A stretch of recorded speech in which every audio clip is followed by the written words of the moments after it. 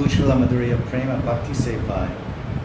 He says, one will attain the sweet and intimate loving service of Sri Krishna and always feel blissful by remembering Krishna's sweet amorous pastimes.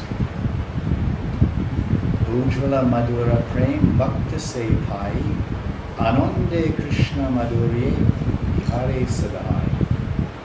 Then, fourth verse. These are ones we put in this verse we put on this verse we put on the internet. I thought this was the clincher. This is Ye Shune, Ye Pare. Pare means the lines. Each line is called a pada. Char pada, teen pada, do pada. So the 4 lines in the verse. Ye Shune, Ye Pare. If one hears these verses, shlokas, then fal itadashi, you'll get a particular fal, and which will show him, he'll get fruit that he can see. Say bhavavishta, jay sevahara nishi. Nishi means night, hara means day, seva means seva. He'll become bhavavishta. Means what? What avishta means to enter into, to absorb and become enveloped by.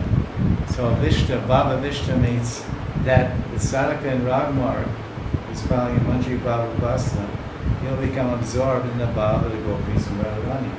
This is what it means, Bhava Parapya. So this Shruti fal, this is where it goes to.